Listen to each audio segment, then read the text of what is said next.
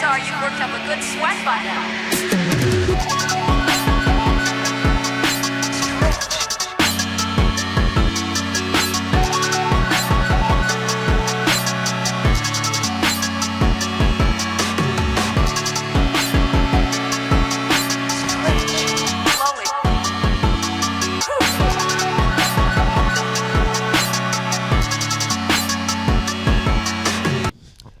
Welcome back to the Stretch Yourself podcast. I'm your host, Jared Chandler, and we're coming to you live from beautiful Casper, Wyoming today, and I'm very excited for my guest today, nationally touring comedian all the way from New York, and former basketball player at Notre Dame, Alex Dragicevich, everybody. Dude, I'm so stoked. Thanks for doing it. Thank you for having me, dude. This is really cool. Are we going to be able to hear the echoes on the mics? I don't know. I'm actually interested in that. I thought about that too, but think we'll be all right. Yeah, we're just working with what we got, I guess. These things happen, dude. Yeah. This is beautiful. This is great. Yeah. We're up here in Casper, man. Yeah. How's it? What's your first impressions of Colorado and Wyoming? First impressions so far, I've been to Colorado a few times. Colorado's great. Denver's great. You guys don't... the culture in Denver is not amazing. I don't know what the culture is. It's white. In Denver? Yeah, it's like white stuff. Yeah. It's like white stuff and hiking stuff and a lot of Mexican food. Mm-hmm. And up here in Casper, it's just like red, right? It's like Republicans and it's pretty. Yeah, I'd say so. Dude, it was a weird mix at that bar we went to last night, where we saw the Gaslight. Yeah, which was really cool. It was a great spot. Yeah, but it's just like, I don't know. 33 is an age now where like I'm walking around and I'm like, you see a girl that's like really cute and you're like, okay, I clock mentally like she's definitely too young for me. She's probably like 21 or 22. Yeah. It's only my brain that says no. You know what I'm saying? It's only my brain that's like, we can't do. Every other part of me is like, well, yeah. But of course you can't. It's like, but it's like, it's a weird. This is the first time in my life where I've legitimately been like, you can't look at that. Like I'm officially at an age where I'm like, I just can't, like, you don't even think about even that. Even at like 30, you're like, okay, 22, 23, like that could be like, that's fine. Yeah, that's not terrible. Yeah. 33 to 23, you're like, man, like, or 22, you're like, you can just tell, like, you're just like, yeah, like, I have to like look away. I can't even. 5 seconds is too long of a. That's a crime. It feels like a crime. Yeah. And I've never had that before. Yeah. It's weird. It's also weird to see like guys. It's weird to know that like DiCaprio is like. I don't care. Yeah. He doesn't have that buffer, I don't think. It's weird. Maybe I don't know. What do you think? Do you think it's okay? I don't know. Like, I think like you're just checking out the scenery, you know, but you're not making any moves. I'm not. Not that I've seen. No, I've just been chilling. Yeah. What do you do in your 30s for to go meet other people who are more your age? Well, in like Williamsburg, like in New York, like East Village. Join a book club or something? I'll go to bars after shows and stuff like that. But it's like, but this is it is like like we're in like kind of a college town too. It's like a town, right? There's colleges around here, right? Probably. I don't know. There might be a community college here in Casper. I'm not sure. New York, there's not like there are bars for the college kids. Whereas I feel like the bars that we've seen here, it's like anyone can kind of. I see what you mean. So yeah, there are bars like in New York. You can expect people to be 25 to 30 here, or you can expect people to be 22 to 26 here. Yeah, or you can expect people to be 30 to 35 here. And it seemed like last night, like, I mean, we saw like a 55-year-old dude like talking to 20-somethings, like just like hanging out. It was like a weird. Did we? Mix. Yeah, there was a guy in like a cowboy hat, gray hair, talking to him. Yeah. Maybe that's just like a smaller town. Everyone is like, that's the bar we go to. Doesn't matter your age. Yeah. Whereas like that cocktail bar that we went to was clearly a little older. Yeah. But it's like that's not really the place to like meet people because it's not like the vibes are different. Like No. it's so much quieter in that in that space. Yeah. Like you're not like approaching anybody at that place. Yeah, you're at that cocktail bar is like your relationship's either going great or you're actively trying to save it. Yeah. Yeah. So By just having a date with your lady. yeah, man, it's been good so Hell far. yeah. It's been What's good some highs and lows so far from the trip? highs of the trip? You live near a coffee shop that I'll think about forever. What's it called? Rose something? I don't even It's know. a really weird name that's like hard to remember. It's like a hard to French name. remember. La Rosette Yeah. something. Yeah. That was hanging out there during the days has been really nice. I mean, the high of the trip easily so far has been the show last night. Oh, yeah. That was a ripper of a show. We all did great, and the crowd was really good. And We'll see what happens tonight. Yeah, I hope we can double up. They're at like that guy we were talking to last night was saying like, oh, it's Saturday's gonna be really good because people don't have work and stuff like that. But like that could also like mean they're gonna be more rowdy and like. Yeah, you never know. Labor Day weekend, people are day drinking. Whatever. But still, if it's a 7 show. Yeah, a couple people shouting, we'll be fine with it. That's fine. Yeah. But yeah, man, like last night was definitely the high. Some lows. I mean, like driving 4 hours never easy, but that's. We actually got through that pretty all right. We cruised. Yeah. A low. I'm trying to think. Yeah, dude. Like there is something about too, like in the air out here in this part of the country where the vibes are good. Yeah. Like life is. You're like everyone's just kind of like. I don't know if it's the weather that does it or what the vibe is. Just small town living, man. There's no traffic. Yeah. There's no there's just fewer like I don't know stressors. I think. Out here. Yes. Just you have everything you need within 5 minutes. Just a ton of happy white people. Yeah. Wonder why they're so happy. No, I'm joking. No, but it's like. It is, yeah. It's like that, and you see me like. Honestly, it's so crazy. Like the lows have been like waiting in line for stuff because people are. Yeah, so, you're not a fan of the small town pace. People are so chill out here that they're just like you see people at the cash register like, oh, I haven't seen you here in a while, and they're like, oh yeah, like we just moved, like blah blah blah, like, and I'm like, they're like, yeah, and they're like, so what do you? Oh yeah, what should I get? Like what's They're like, do you want this thing? And they're just talking like. Yeah. We like checked into the hotel. 10 people behind. Yeah, we checked into the hotel, and the lady was making small talk with us, and you were just like, I'm not having this today. No, I'm very. And I was like, short. we're stand-up comedians. We're here in town. Yeah. I was eating it up. You're like, yeah, we're here. We're hanging out. Blah blah blah. We're comics. Da da da. Oh yeah, and she was like, "This is like how out of it or like out of the loop she was." She was like, "What comics do you make or whatever?" I said we're comics, and she's she said, like, "What comics do you make?" Yeah, right? something It's like that. Yeah, no, we're comedians. Yeah. And also, she like I came back down because my car didn't work, and she was like, and there was a guy next to me, and she was like, "You're," and I was like, "Hey, I need a new car." She's like, "Oh, great, you're room 520, right?" And I was like, "You can't. This is like it's like hotel protocols. Like you can't." Say the room out loud. Say the I didn't even fucking think of room. And then I'm looking at this guy. I'm like, yeah, he's probably not like a crazy weirdo, but like now it's in my head. That I didn't even think of that. Yeah, it's like you can't. How? If you work front desk at a hotel, that's got to be rule number 1.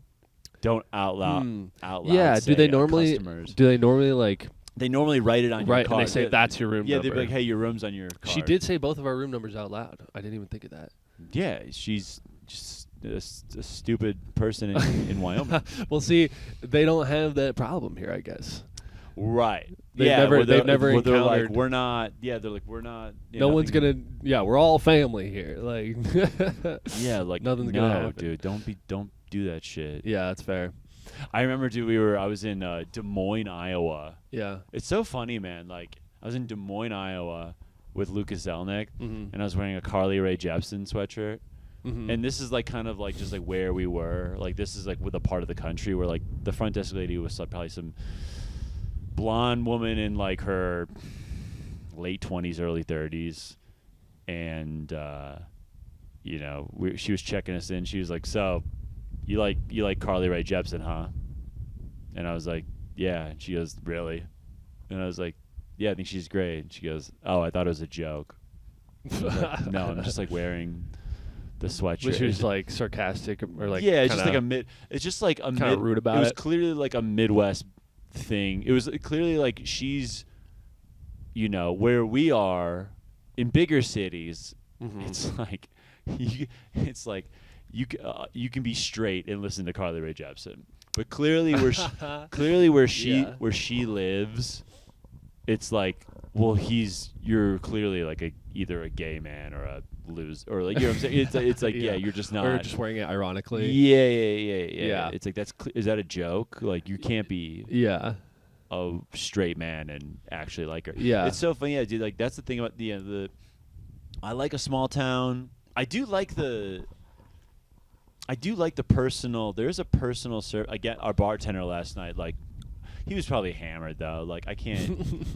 I've had slow bartenders in New York too, but it is cool. Like, there is like the customer service people, the service industry folks in these parts of the country. Like, they do have life behind their eyes, which is cool.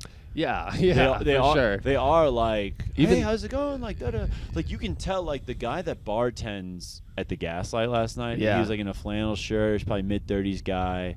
Just like, you can tell, like, either if he has a day job during the week, or if this is his thing, like, he fucking loves it. And honestly, these are the parts of the country where you can still you can bartend 4 nights a week and like live a life.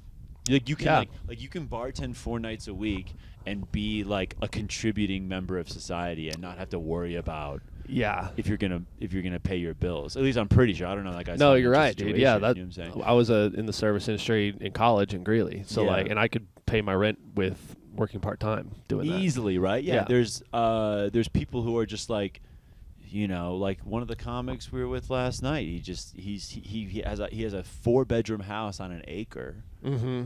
And I don't even know if he has a job right now. No offense, dude, but I don't know. I don't know what his job. But he said he was like I'm gonna quit my job or whatever. I don't know what he's doing. Yeah, he was telling me he was like I'm gonna try and quit my job so I can do more comedy. And I'm like, must be nice. Yeah. It's like, that's just like that's like what certain things can afford you. Yeah, out here. It's yeah, fucking it's awesome, true, dude. It's true.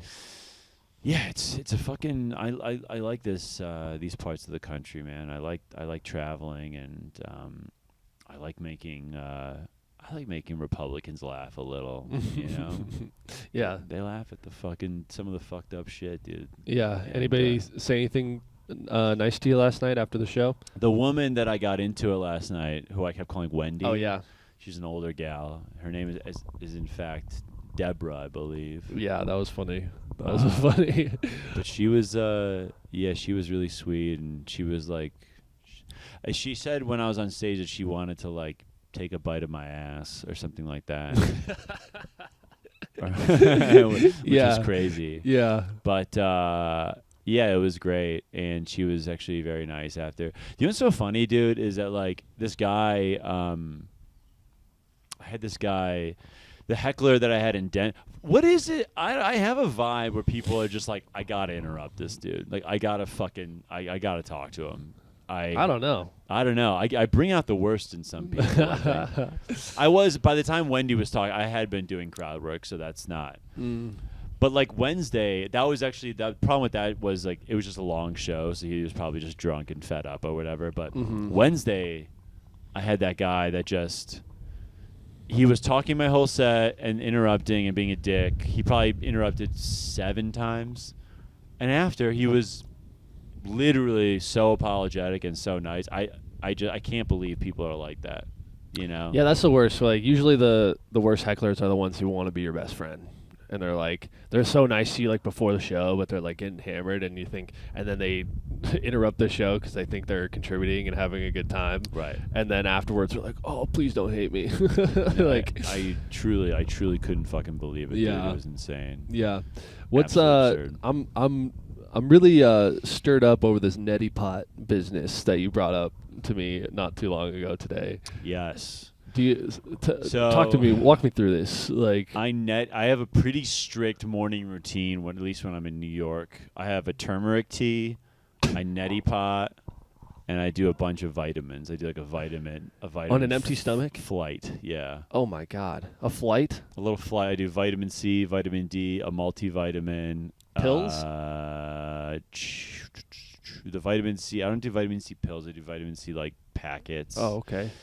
I do vitamin D pills. I do gummy multivitamins, and I do zinc. I take a little zinc, tiny amount of zinc, and I do a turmeric tea, and I just flush my nostrils with do the neti pot. It's a sinus rinse. Yeah. And it's like a water bottle that you just squirt up your nose and cleans you out, brother. It's it's all part of the process. Wow. Getting older. And how'd you start doing the neti pot thing? That would be so challenging for me. I had a sinus infection last year that lasted like 5 or 6 weeks. And you're like, I need something. So I was like, I just need to like be better about this. And I was getting sick a lot. Do you get allergies or anything? Yeah, allergies too. So it's just like, and the more stuff that I read about it, it's just like keeping that nose clear is a huge part of it. Not touching your eyes. Don't touch your eyes, folks. Oh God, that's like the dirt, the bacteria. Yeah. I'm not a hypochondriac, dude. I just I don't have the time. Like I still have my day job. I tour 35 weekends a year, maybe more now. Wow. It might be more this year. Yeah. So it's like I have like 2 incomes now, and I just like, it's not like hypochondria. It's like I just don't want to like lose days. I don't want to miss days. So I try to like be as, I'm going to bed early. I'm waking up early. I'm trying to, do all the right things. So is that like something that's been kicked in more in your 30s? Were you practicing this in your late 20s, or is this more of a recent thing? Oh, it's more recent. In Chicago, I was just like an alcoholic. So, yeah. The whole thing in Chicago was just like, like we drink all the time, and we just we hang out. That takes its toll. Yeah, it's like that is one cool thing about the Denver comedy scene here is like people seemingly are like really positive and cool and nice, and it doesn't seem too catty from what I understand. Chicago was like brutal. Oh, dude. you mean amongst the comedians? Yeah, we were fucking brutal to each other, man. Even my best friends, like we were so mean to each other and mean to about talking shit about other comics and just getting fucked up. Fucked up. I remember specifically, it's like I remember Sarah Sherman, Sarah Squirm, Megan Stalter. I was like on the Lincoln Lodge with Megan Stalter, and Squirm was never drinking, and I was like, why doesn't Sarah drink with us? Like, she's so like lame. Now she's been on SNL for 4 years, and dude, it's like oh, there must be like a reason. Yeah. For for the she's fucking she's doing it right. Yeah, that makes sense. A lot of really good comics I know, they really take it easy with the partying and stuff. Like they really don't do it, or they're sober, which is kind of like, and I think a lot of people are more sober now, especially in Colorado. Like, a lot of the kids don't drink these days, which is like, it's like, oh, good for people, I guess, but bad for comedy shows. Like people, when the kids show up to the show, they don't buy any drinks. They get waters and stuff, and it's just like, come on. Yeah, I've been going to Comedy on State in Madison, Wisconsin for almost 9 years now. Oh, wow. Probably the better part of 9 years. That's on my bucket list. Yeah, I've been at least 1 weekend a year at least, sometimes 2. Wow. And that club is like family. That's cool. And I've known their bartenders there for so long that I've seen different generations of bartenders. 2016, 2017 bartenders there were getting annihilated. Yeah. After shows, like fucking we're ripping shots, we're doing this, blah, blah, blah, blah. Yeah. And now I go back as like a veteran comic. And I go back and there's like the staff, like, so some of the bartenders have moved on. There's still like the older bartenders that are like around my age or a little older. They now have like families, so they start earlier. They leave earlier. But the new staff of bartenders that are like either right out of college or in college that are probably 21 to 26, after shows, I'm telling you, these kids, they get into a booth, one of the booths by the bar. Probably 8 of them. They cram into a booth, and they get high. They take gummies, and they play Settlers of Catan. Oh yeah, that's what comedy club bar staffs are doing now. Comedy club bar staffs are now these like 24-year-olds who are just like smoking a little weed, getting pleasantly high, and playing board games. I kind of love that. It's kind of amazing. That's kind of my vibe. And, I mean, especially in a place like Wisconsin, I never would have thought. That's fair, that would happen. Yeah. You know, like that just, Wisconsin's like the drinking capital of the world, you know. So, yeah, totally. So yeah, man, it's just weird to see. It's weird to see that people are being so responsible. What the hell? So. Yeah, what's like a big driving motivation factor for you to like balance all these things that you're balancing and like wearing all these hats? In terms of like the 2 jobs. Yeah, you got 2 jobs. You put out a podcast every week. Yeah. Like you're going out of town and going on the road all the time. Like I didn't really think about it like that. It's a lot, dude. I just see the other people like in my life, in my orbit, and I'm like, well, they're doing a lot of work, so you kind of have. It's kind of what. It's not like how hard you want to work. It seems like there's just a level of what it takes, you know. Yeah, for sure. I think that's kind of the baseline. There's just no like. It doesn't really matter how much effort you want to put into it. You know, like what matters is like what seems like the barometer, like the bar for. And like if I work until 4 or something like that, or 4:30, like I have to immediately get, you know, as much. I have to work until midnight, you know, or 12:30. That's crazy. I have to like do sets, and I have to right after. And do you think comics have to work harder now to be successful and to stand out than they did before? Like even like 10 or 20 years ago? You know, I that's pretty interesting. I don't know. I know that people, you know, stand up used to be what people were like, that was people's like calling cards. You know, that was your thing. Now it seems like stand-up is the last thing to get you noticed. So it's like if you make a great podcast and that's how you get fans, or if you do a bunch of sketches online, that's how you get fans, then those people go to see you do stand-up. I've resigned myself to the fact that, like, I'm going to keep doing my pod. I'm going to do as much stand-up as possible, but, like, I don't have the sketch bone as much in my body where it's like I'm not going to do, like... If I think of a sketch that's funny, I've done probably 4 or 5 sketches a year or whatever. But like, if I think of something, but like, I don't sit down and try to go like, I don't see that as my path. Yeah, there's a lot of New York folks who, instead of the podcast or something, like that's kind of their outlet. Yeah, where it's like they're pumping out some sort of sketch or like reel, like every. Yeah, they'll be like, you know.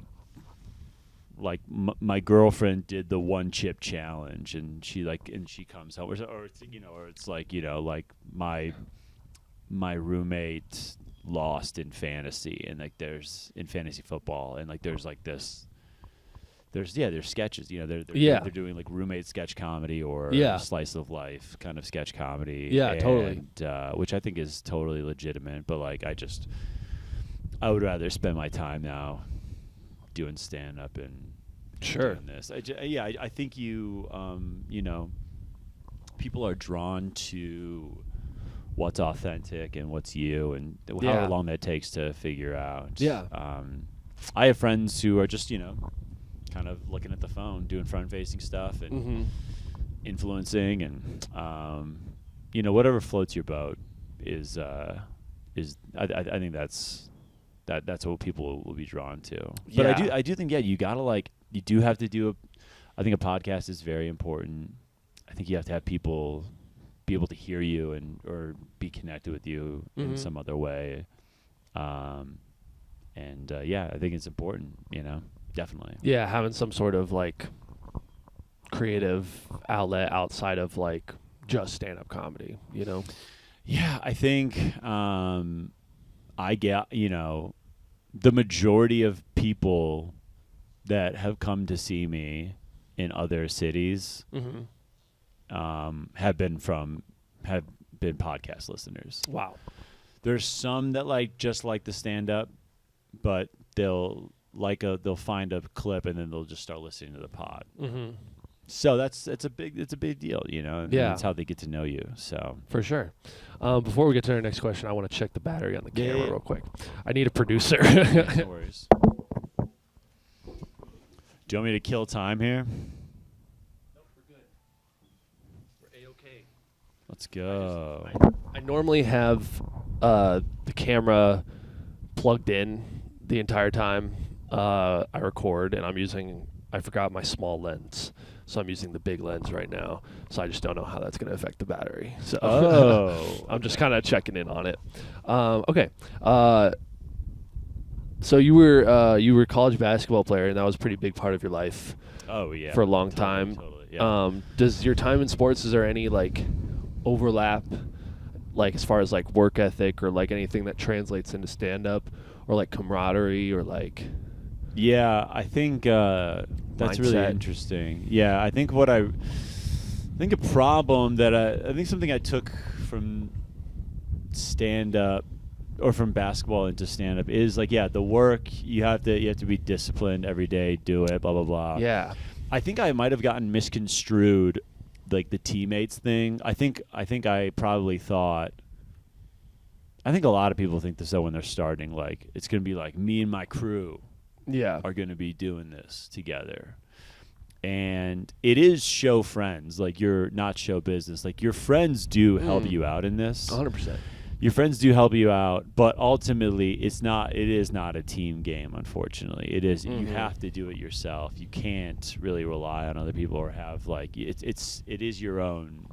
Right, nobody else can write jokes for you.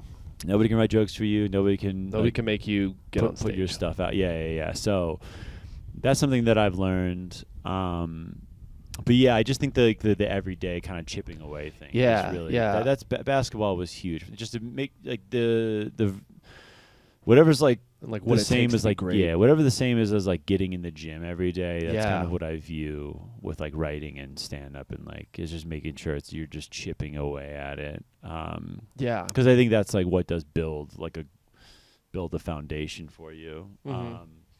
Because you can, because it is creativity. Also, something that I heard that I think is really interesting is the goal of sports is to score the most points, and the goal of art is to create your own sport. I heard that once, which I thought was really interesting. So what that means is if artistically you can create a sport that no one else can play, you've won that art. Wow. And so interesting. And so when you think about the way musicians do things, where you go, you listen to a guy like McGee or something like that, and you're like, oh, I haven't heard this before. There's certain certain voices, comedic voices. Tim Dillon, there's nobody's. Yeah. There's been versions of him before, but sure. He's won his sport. He created his own, and that's the difference. With that, I realize with, it's not just about writing 100 jokes or Right. writing 50 jokes or whatever it is. Like, it's not about writing for 2 hours. It's just like, it's about writing and being like, can no one else do this? You know, if you write some like bullshit joke about coffee or whatever, that like that might have been an observation that's been done before, whatever. Yeah. Sure, like that's a point. That's good that you did that, but I think what matters is, did you write something that only you can do? Yeah. And that's what I'm trying to do more now of. Totally. I think I spent a lot of time just being like, joke, and like, I think a lot of my act for like my first 6 or 7 years, maybe eight years even, was like really toothless and like not interesting and lame, but they were like quote unquote good jokes. Sure. Yeah, that's actually one of my questions, is like how your stand-up has evolved over time, and what's been a big game changer for you in the way you approach your material. Yeah, I just think it's like there's no better feel, like, you know, you just want to you hopefully, like, that's why I've been like trying to write more of this like Serbian stuff. It's just because like, yeah, you want your observations and you want your own stuff to be as like uniquely you as possible, you know, and that's the best way to do it, I think that sometimes that can be like scary Sure, because sure. like when you're venturing into like unknown territory, that's like, oh, nobody else is doing this, but like you're the only person doing it, like you're on an island, and like especially like amongst, like, it might seem weird at first, like to like your audience or to you or to your peers, like it's like, what the fuck is this guy doing, you know? Like sure, yeah, you know? don't want to be a fucking alien out there, obviously, but I do think it's it's really, really important, at least now for me. It's like, you just you know, when a club booker thinks of you, they don't want to, like, it's not good if they're like lumping you in with a certain group. It's like, you want them to be like, oh yeah, that guy does this thing, that's why I gotta have him, you know. And totally, that's what I'm trying to figure out now. It's taking a while, but I'm like, I don't know what it is. I hit like a 9-10 year mark, or almost 10 year mark, where I'm just like, I'm like so much more. Do you find yourself being like more reinvigorated now? Like, I feel like for like maybe the last 2 years I was really dragging, and I was like kind of like I was like a little bit like what's the word? Not like, I definitely wasn't like bitter, but I was like a little like, fuck, this is really hard. Yeah. New York did that. New York kind of knocked me down a little bit, where I was like, God damn, this sucks. I get that. Like, I think like when I go through like cycles a lot, like of like how like inspired or elated I am to be performing, like a new chunk will like fire me up, like, cause it's like, cause I hate like showing up to the mic and I got nothing new, or I haven't, or nothing to like set my focus towards, you know. And I think like when I was like living in Greeley and like being in college, I wasn't getting as much stage time as I needed, and then COVID happened, and like I was kind of like aimless with it. Sure. And then I moved to Denver, and I was like kind of intimidated by people who have been there for a while, and like I was already 6 years in by the time I made it to Denver, but like I showed up and nobody, only like some people knew who I was from the previous, but like all the new kids, nobody knew who I was. So I was like very like, that sort of like put a damper on me, where I was like, fuck, like maybe I don't know what I'm doing, like, and then slowly, like with Denver, like more stage time, like more life experiences, and like more material came to me, and I evolved more. So I feel more invigorated now. I feel like I have motivation in a direction that I can go in. Totally. Yeah, it's just like, I feel like I've like reached a point where I'm just like, I think this is what I'm gonna do for a while, even longer. So I'm like, I just don't like, I think a lot of guys get to the point that I'm at, or the length of time that I'm at, and they're like, well, this is stupid, and I'm just like, I just got nowhere to be. Like I just like want. This is all I really, So it's like, Yeah. It's like just just realizing that like nothing else.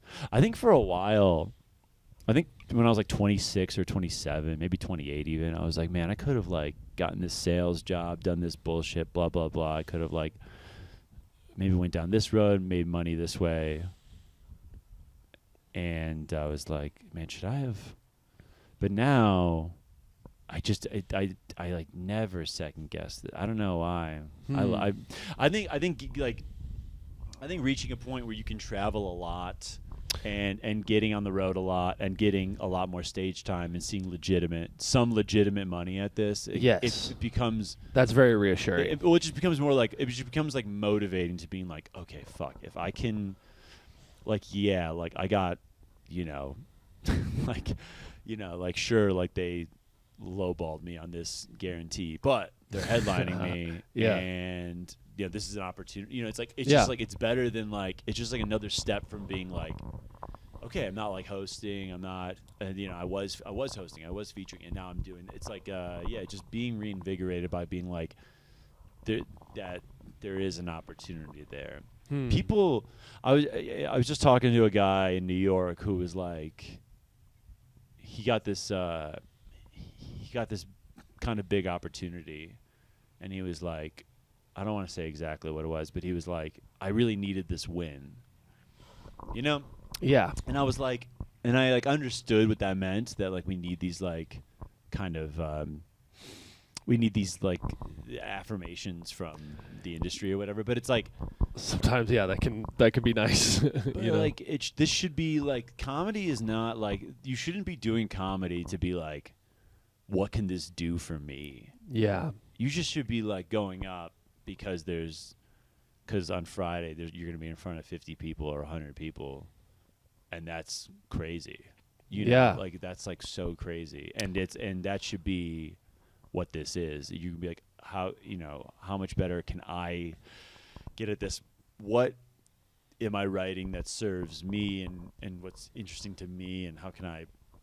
But to do this and being like, well, I hope I get this thing. I hope this like late night set or this don't tell set or this festival.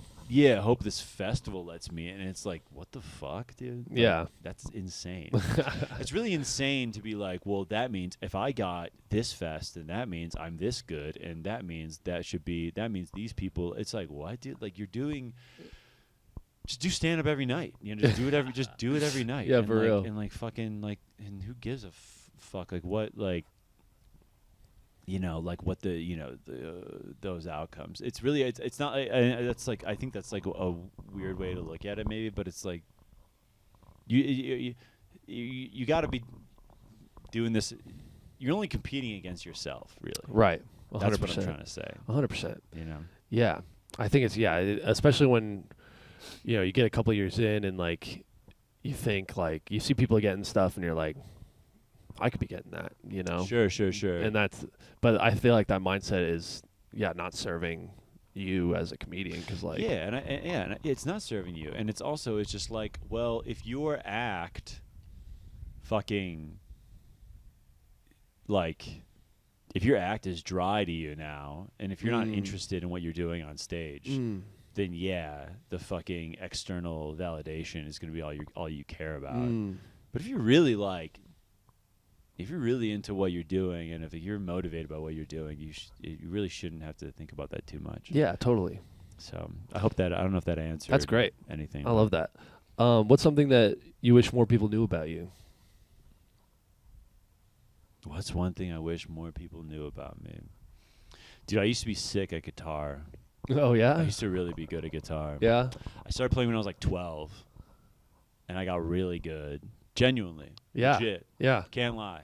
That's a legit part of my life. And I got 2 guitars hung in my apartment right now in New York. Yeah. And I just stopped playing regularly, if at all. I probably haven't picked either of them up in like a year or two. I probably haven't played legit, like I used to play probably every day for like 20 or 30 minutes at least. Yeah. I don't play anymore.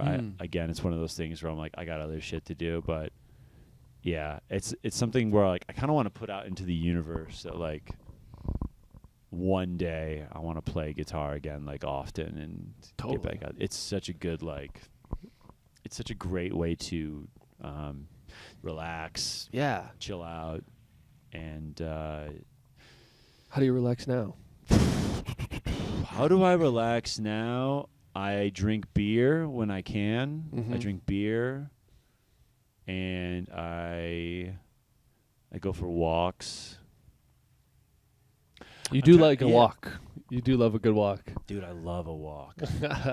I love a walk so much, and I'm trying to think of like, what do I do to relax? Well, that's the thing that I don't really smoke weed anymore, man. I don't smoke weed. That shit, like, it just doesn't, I don't really vibe with it. Were you a big weed smoker for a while? Oh, yeah. You know Chris Higgins? Yeah. I lived with Chris Higgins, so I essentially had a dealer in my apartment for 6 years. Yeah. Just kidding. And smoking with Higgins is awesome because he's, like, so funny and totally. jolly, and he's great. But, I stopped, and I don't drink as much now. I just try to, dude, do you know what I do to relax? This is crazy. I stretch. That's great. I'm old, man. Dude, yeah. That's the name of the game for us gangly boys. Gotta stretch. Yeah, it's really like, I don't really do anything. I'm not as like, this is crazy. Like, I will, after a long week, I have a friend named Max St. John in New York. He's he's also a comedian. Yeah. He's fantastic, but he's a guy I hit up. This is so like 33. But like, I'll have a long week, shows every night, writing every night, email, whatever. Every day I'm working from like 8 to midnight or whatever. And like, I'll hit up Max St. John on like a Saturday night at like 7. Yeah. And I'll be like, hey, man, I got 2 shows. This is true. I truly have done this. I do this like every other week. I got 2 shows tonight. Let's meet in Williamsburg. We meet at a bar. Probably have like 8 beers. And just fucking just kind of get obliterated. Hell just yeah. to be like, I've been clean all week. Yeah. I haven't done anything. That's great. And I'll be like, I think I'll have 6 to 8 Bud Lights. Hell yeah. And we'll play pool and we'll talk shit and we'll just shut the brain off. That's the best. I don't know anything else. If your listeners want to tell me what to do that might help, that would be better. But to relax? Right now it's a Saturday night kind of beers to the face. And tonight it'll be the same. Like, dude, that Amber Ale that was night, good. Oh, dude, it hit perfect. Oh, yeah. No, big glass. Oh, fuck. I love a good mug that has a big handle that you can fucking... Dude, it's so wild to be out here in these parts, dude. Like, you see like 5'2" girls, 100 pounds, just sculling Busch Light tall boys. Yeah. They got upper deck Zins. Yeah. And they're chugging Busch Lights. Yeah. They're fucking having a blast out here. Yeah. It is kind of awesome. Like, you could easily argue this is the way to live. Yeah. I bartend 4 nights a week at the bar. I've known everyone for 35 years. I've known everyone since I was 10.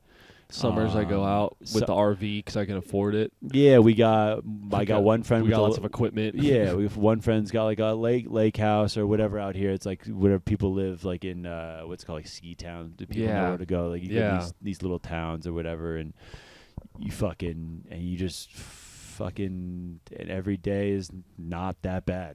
You know, it's kind of a cool way to live too. Yeah, I got no issues with that. It's kind of envy that, honestly. But I was talking to you about that a little bit the other day, where I was like, man, I kind of envy that. Just like, I just don't have a need for external validation. Like, I don't have a need to like, be a part of this grind or whatever. But yes, we just got the bug. There's something about New York. Every day you wake up and you're just like, oh, fuck, I'm late. I'm behind. Yeah. And we got to go. And it's really crazy. Yeah. It's fucked up. I'm trying to get more of that feeling, because sometimes like I think in Denver there's kind of a mix of both, where it's like you wake up and you're like, I'm behind, but I got time.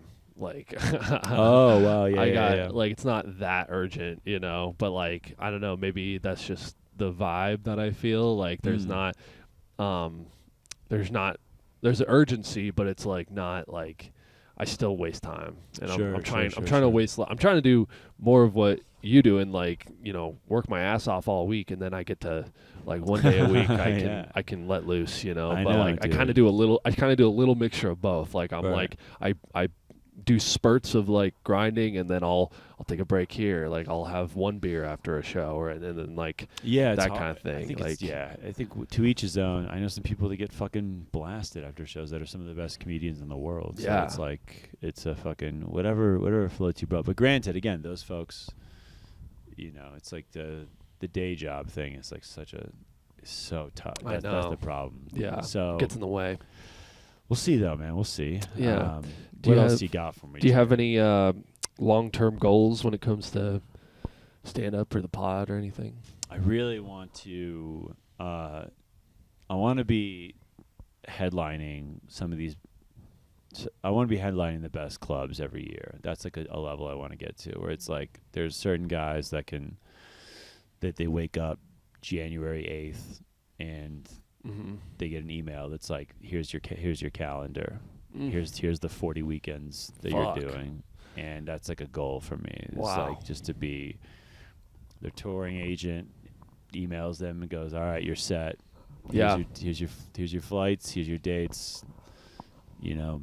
Yeah, you're locked in. Good luck out there. Good luck out there. Let's write the next special. You know, that's, for real. That's what I want. So hopefully, if I can get more people to listen to my pod, if I can get my followers up, and if I can keep writing at a solid pace. Yeah. Do you have a dream guest for the pod? A dream guest for the pod. Right now, my podcast is not as quite as indie rock friendly as I want it to be. I love talking about music. Okay. And I would like to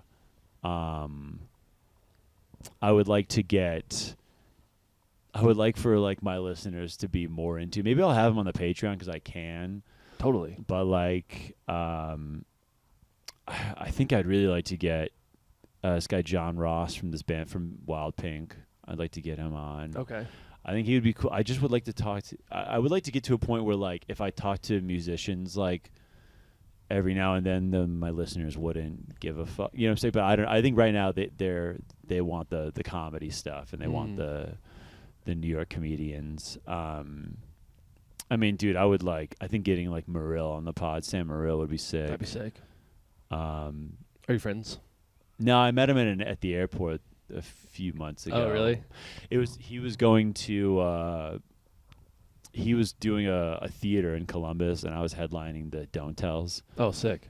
But I knew his camera guy. I knew from Chicago, so I came up very nonchalantly to say it up to his camera guy. No, I know his camera guy is great. I know, but he was like, but his videographer, this guy James Webb, has filmed a ton of specials. I've heard. I know this guy. He's like the GOAT. Yeah. So Man. that was lame to call him like his camera, but he really is like the director of like a lot of these guys' specials. So that's I came so to cool. James, hoping James would introduce me to Sam, and he did. He was really cool. That's James cool. was like, this is Sam's Alex, whatever, Alex, funny. And Sam was really cool, dude. I kind of botched it. Sam was like, oh, dude, like you do that podcast with Asmus. I was like, oh yeah, like Jeff left or whatever. Like Jeff just left. And he's like, oh, that's cool, man, that's cool. He's like, but I'll catch you around New York, da da da. And I was like, yeah, man, I'll catch you around. He's like, well, he's like, wait, what are you doing out here? And he was like, or he's like, what are you doing out here? And I was like, oh, I'm doing like the Don't Tells in Columbus. He's like, cool. And I was like, what are you going to Columbus for? And he's like, I'm doing a theater. And then he was like very like modest. So he's like tickets are kind of light. And I was like, oh, come on, man, like you're the best or whatever. And it was like so like lame to be like, yeah, dude, you're like the best though, man. And it was just, there was like a second pause of like, okay, I clearly am just like sucking this guy off. Dude, right now, I never know. yeah, whenever headliners are like, yeah. oh, sorry, I couldn't bring more people in or whatever, I go, I never know what to say. Yeah. Like, I don't know. Like, should I just be like, yeah, you should have worked harder, No, or like, yeah. or I always just go, dude, like I always go, it's like, oh, well, it's like, this time of year or whatever, like, Yeah. don't worry about it. And also, like, we're gonna have a good time.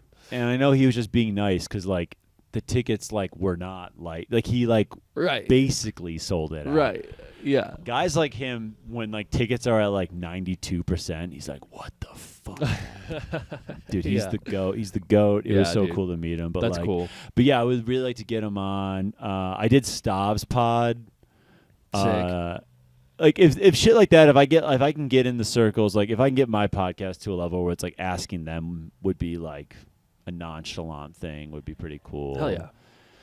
Yeah, but maybe not a dream guest, but like I do have like I would like to get the Patreon to a certain point, and that would be awesome, man. Hell That'd yeah. be awesome. So the podcast is called Stretch Yourself. Yeah. It's about stretching beyond your comfort zone. Sure.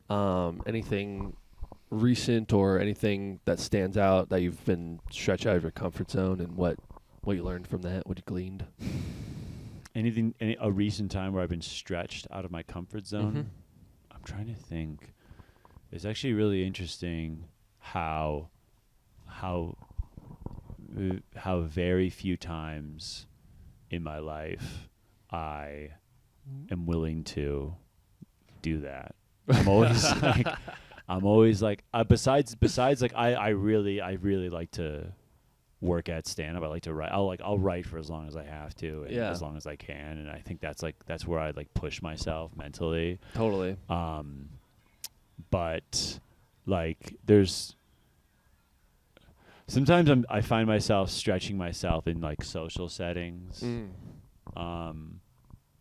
That's really a problem I have. Like I remember I went to the US Open with my friend. So it was like my friend had free tickets to the US Open. Mm-hmm. And I was like, yes, this will be cool. But I just remember saying to myself that like I really had to find like another gear to watch tennis for like 8 hours, Yeah. It's like little shit like that. For me, I don't know what it is for me.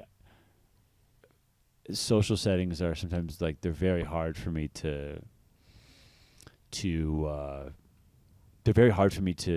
engage in. Like my like best friends do a Super Bowl party every year, and I like a year before I just like didn't want to go. It's like to me it's like there's too much going on. I totally get that. It's like 20 guys in a New York apartment. I'm like I want nothing to do with that. Yeah. And it's so weird for me.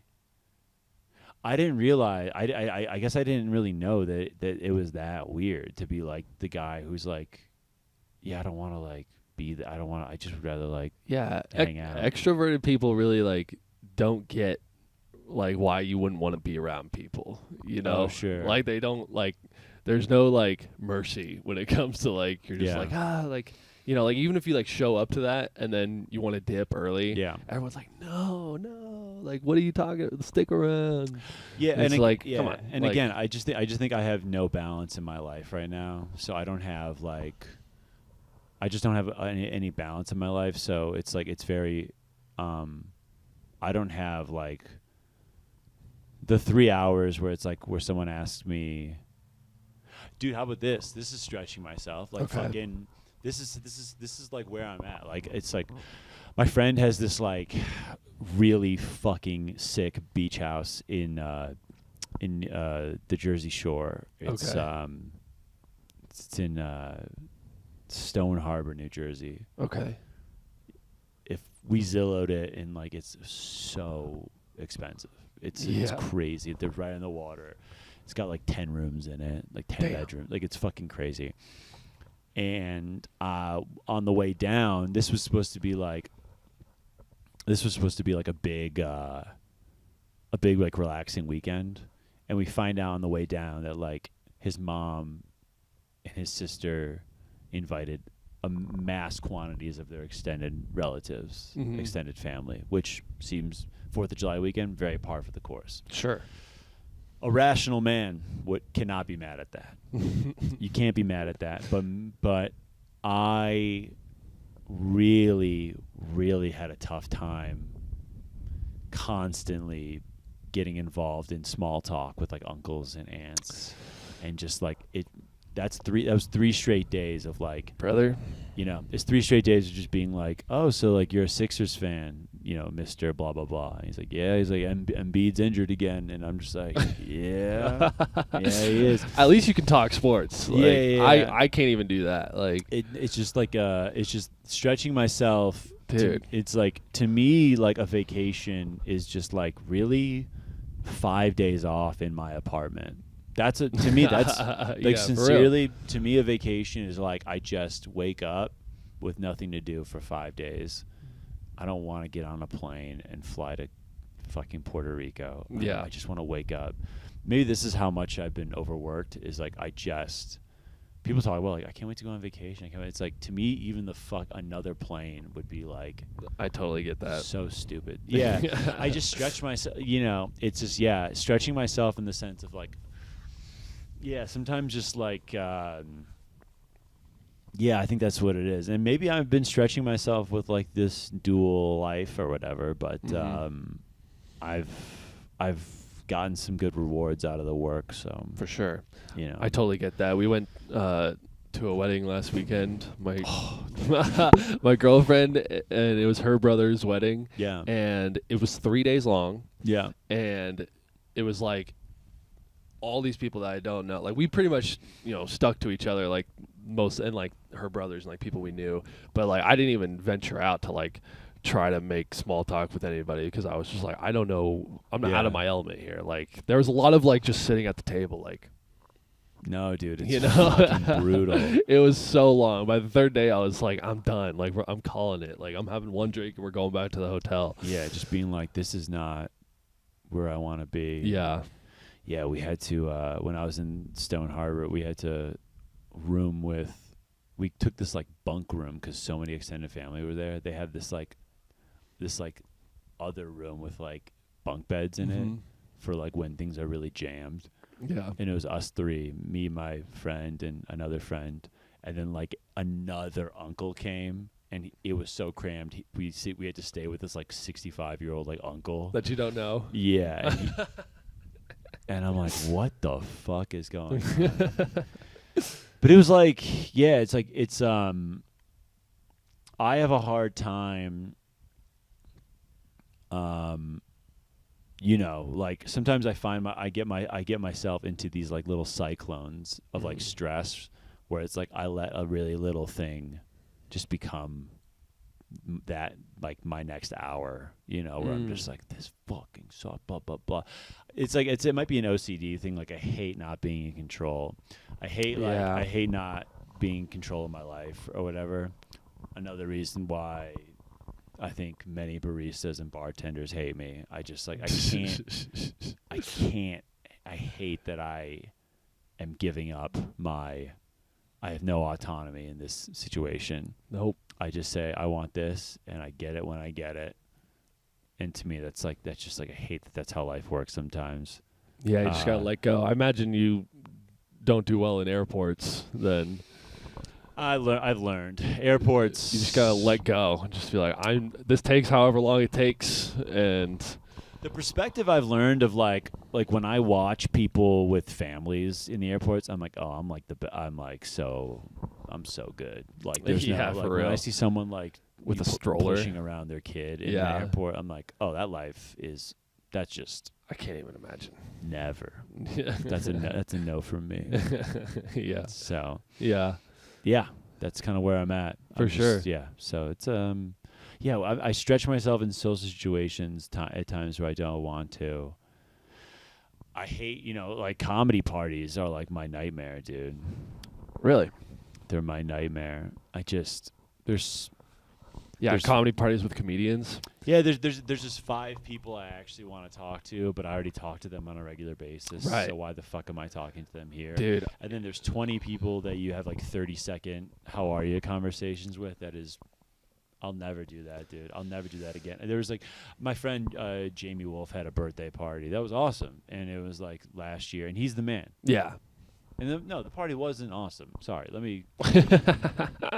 It probably was awesome for most people there, but it really fucked with my psyche to be that, like, to do that many pleasantries with that many people. Dude, I went to last year. I volunteered at High Plains. Yeah. And one of the comedians who's on the festival gave me their like +1 to come to the after party. Oh wow. And that never happened to me before, so I was like, wow, what Yeah. an honor! Like, this is gonna be great. Yeah. Showed up and immediately was so uncomfortable. Yeah, like, of course. I didn't know where to go. I didn't know where to be or where to stand. There was like a bunch of people like dancing over here that were like more fucked up than I was because I was like Yeah. working the whole weekend, and like a lot of small spaces where you have to like push past people and stuff, and like I didn't know who to talk to or what to do. Like, and I had to leave. Like, I was like, I'm not doing well here. Like, I leave things all the time.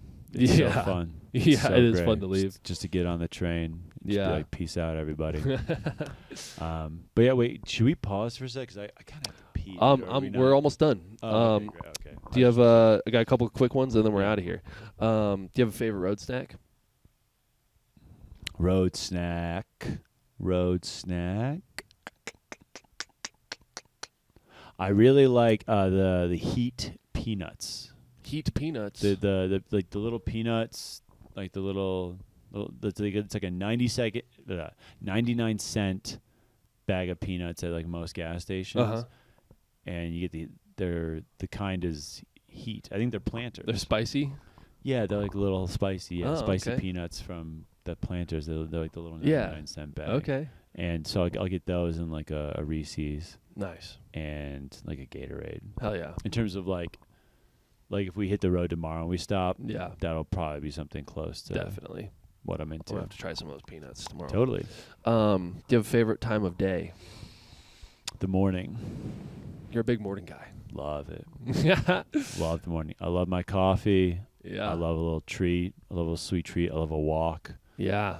I just love I love getting it started, and I love not being hungover. Mm-hmm.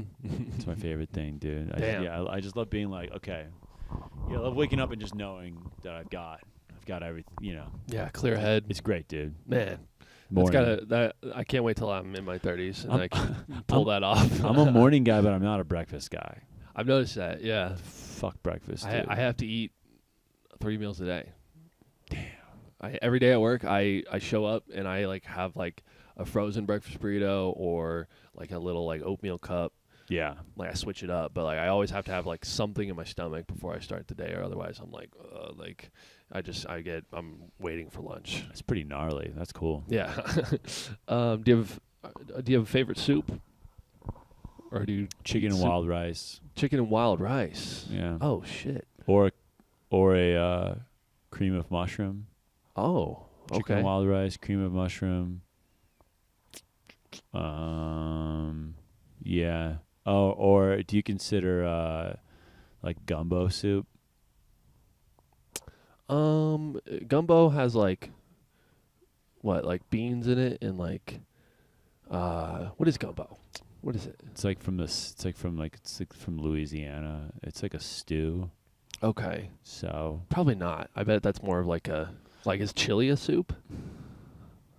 I would put chili above chicken and wild rice probably too. Oh, okay. So yeah, if we're doing soups, yeah, chicken and wild rice, or a cream of mushroom. But if you want to let gumbo or jambalaya in there, then I'll do Okay. those, yeah. For sure. Hell yeah. Will you say keep it stretchy? Hey guys, keep it stretchy, everybody. This has been really great. Hell yeah. Thanks, dude. Thanks for doing the pod. having me, man. Appreciate All right. it. Hell yeah. This is fun as fuck. Let's do the show, baby. Let's fucking go.